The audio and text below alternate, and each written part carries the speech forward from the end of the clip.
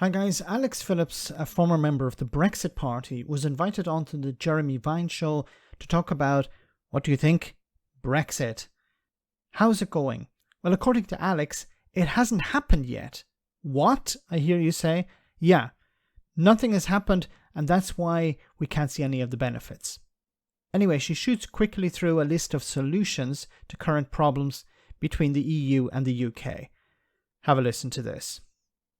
Jeremy, you've triggered me. And can I just go through all these four very quickly? I'll do it succinctly. Northern Irish Protocol, terrible. Get rid of it. We can. We have every right to. Sunak needs to grow some and just say to Joe Biden, we don't care about your Irish-American Democrat voter base, and say to the EU, we're an independent country with borders, lump it. We'll make a smart border. That's what every other country in the world does. Get over yourself.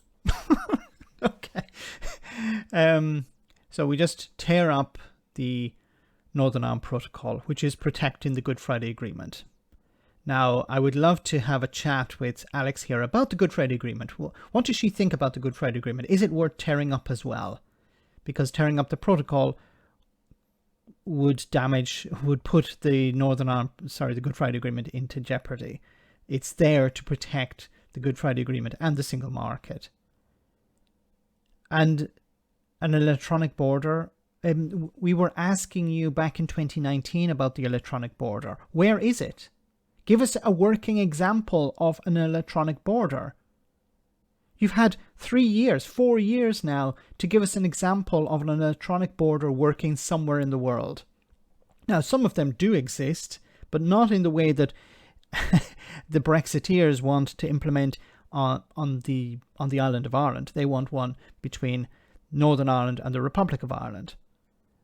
But they haven't given an example of something that could work there. Nothing. Zero. In 4 years.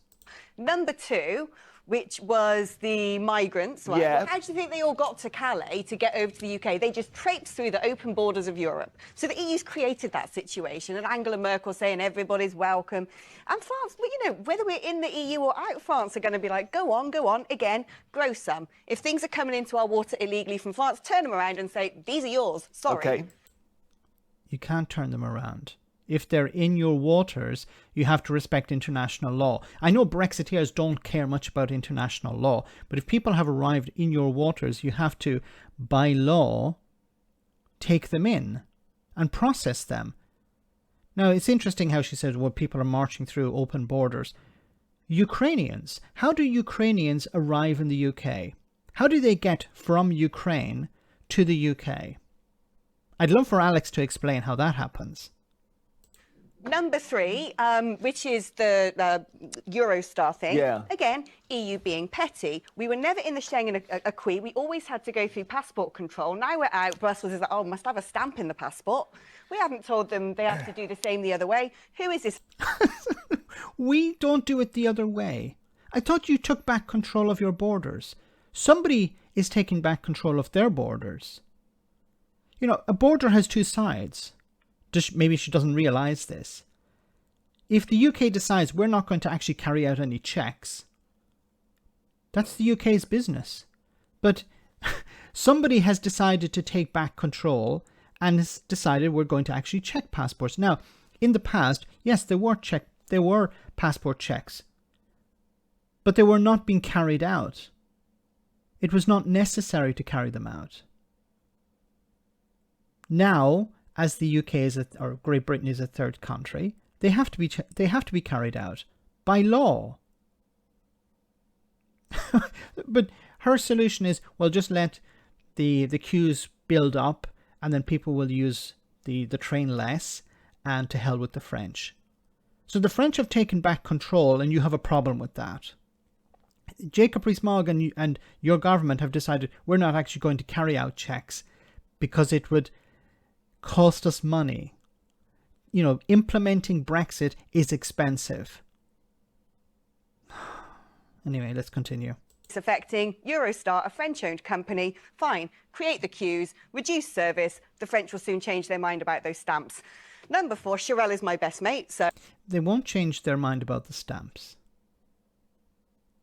Why would they change their mind about the stamps? This is about implementing the law. You're not going to be able to put words in her mouth on my behalf. But she did. It's right. An amazing column there. And what she said was the Tories have stuffed this up. They didn't want it. They didn't have the courage and tenacity to do it properly. And well, then it's gone badly. That's the whole point. It hasn't even happened. Brexit's not even happened. We've not got rid of any EU legislation. We've got this supposed bonfire of 4,000 regulations we're supposed to be getting on with. But under the current TCA, the Trade and Cooperation Agreement, which is the oven-ready deal, I can't really... Actually, that's not true. The oven-ready deal is the withdrawal agreement. The TCA is something that came after. Boris Johnson's oven-ready deal is the withdrawal agreement. We see many that can be scrapped. But what needs to happen, 12 months' notice on the TCA, get rid of the Northern Ireland Protocol and actually do Brexit. Right. How do you respond to this rubbish? So break international law when it comes to the migrant crisis. Break international law when it comes to the Northern Ireland Protocol. Grow a pair, whatever the hell that means. I know what that means, but in this context, what the hell does that mean? We have to stand up to Europe. We tell them we're going to break international law and they'll back down. Has it worked so far? Has threatening to trigger Article 16 worked so far? Do these people honestly believe that you just appear macho and this will change the rules in some way? You know, we've heard it before Brexit as well. We can put pressure on Angela Merkel, on the German car industry, and then they'll go to Brussels and Brussels will give us a better deal. If we appear tough. Do these people actually believe that? That the EU will ignore the rules because somebody was being tough, because Rishi Sunak grew a pair of balls or something? Honestly, I know for people who read the Daily Mail or the Sun, they probably believe that. But do these politicians actually believe that? This is somebody who was a member of the European Parliament for I don't know how long.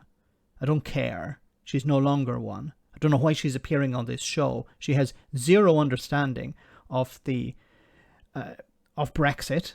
She has zero understanding of the Good Friday Agreement and the Northern Ireland Protocol. She has zero understanding of how international law works when it comes to refugees and asylum seekers. Why is she on this show? And this thing that Brexit hasn't been implemented. Okay.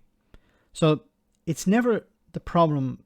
The problem is never Brexit. The problem is that it hasn't been implemented correctly. These are the same people who say, who criticize people for saying that communism, there's nothing wrong with communism, it just hasn't been implemented correctly. They'll joke about that. But it seems Brexit is perfect, it just hasn't been implemented correctly.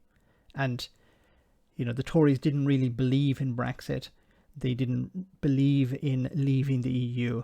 Even Rishi Sunak, who campaigned for Brexit, he's not a real Brexiteer because he's not seizing the opportunities. He's not grabbing these benefits with both hands. It's easy for ex-members of the Brexit Party to sit in studios and complain and not actually present any solutions because they're not in power. They have no responsibility. Let me know in the comment section, guys, what you think about all of this. As always, your comments are greatly appreciated. Thanks a lot.